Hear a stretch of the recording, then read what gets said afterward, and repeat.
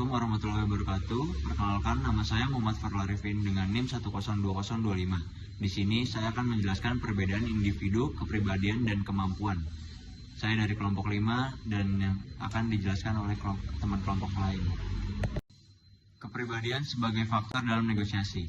Kepribadian mempengaruhi cara seseorang berpikir, merasakan, dan bertindak, tetapi dampaknya pada hasil negosiasi tidak selalu kuat. Dua orang dengan tipe kepribadian sama bisa bertindak sangat berbeda tergantung konteks tekanan. 5 besar kepribadian, Big Five Personality Traits. Yang pertama ada extraversion dan introversion. Extrovert biasanya lebih ekspresif dan percaya diri sehingga mudah membangun interaksi, tetapi kadang terlalu dominan. Introvert cenderung lebih hati-hati dan analitis, tetapi bisa kurang aktif mengambil inisiatif.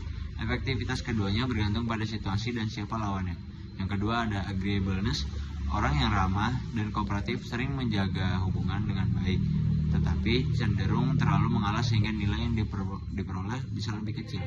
Yang ketiga ada conscientiousness. Orang yang teliti, terencana, dan disiplin cenderung lebih kuat dalam persiapan negosiasi, membuat struktur argumen jelas, dan mengurangi kesalahan informasi.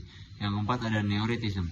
Tingkat kecemasan yang tinggi membuat seseorang lebih mudah terpengaruh tekanan, sering bereaksi emosional, dan membuat keputusan terburu-buru. Yang terakhir ada openness to experience. Orang yang terbuka pada ide baru dan kreatif lebih mudah menghasilkan opsi win-win, terutama dalam negosiasi integratif. Selanjutnya ada trait kepribadian lain yang relevan. A. Self-efficacy.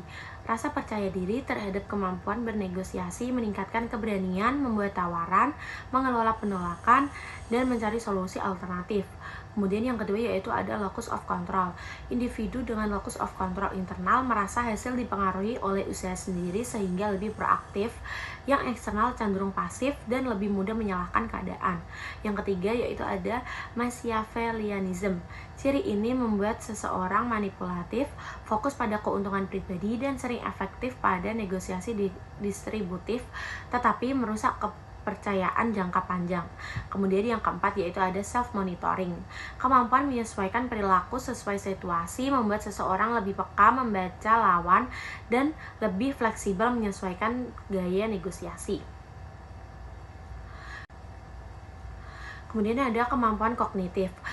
Kemampuan analitis membantu menilai tawaran, menghitung risiko, dan memahami struktur masalah. Namun, hasil negosiasi tidak hanya bergantung pada IQ, karena sifat sosial dan emosional juga dibutuhkan. Selanjutnya, kecerdasan emosional. Kecerdasan emosional membantu negosiator mengenali emosi diri dan lawan, lalu mengelolanya agar pembicaraan tetap terkendali. Kemampuan ini membuat seseorang lebih tahan tekanan, cepat tangkap sinyal nonverbal, dan mampu menyesuaikan respon ketika situasi mulai memanas. Kecerdasan emosional juga membantu memilih waktu yang tepat untuk menekan atau mengalah agar proses lebih efektif sekaligus membuat komunikasi lebih halus hingga pihak lain lebih terbuka untuk bekerja sama. Yang selanjutnya ada kemampuan komunikasi, yaitu keefektifan negosiasi bergantung pada kemampuan menyampaikan pesan dengan jelas, mendengarkan secara aktif, mengajukan pertanyaan yang tepat, dan mencegah salah paham. Yang selanjutnya ada orientasi hasil dan gaya negosiasi. Orientasi kompetitif berfokus pada kemenangan dan cocok untuk situasi distributif. Orientasi kooperatif lebih mengutamakan solusi bersama dan lebih tepat untuk situasi integratif.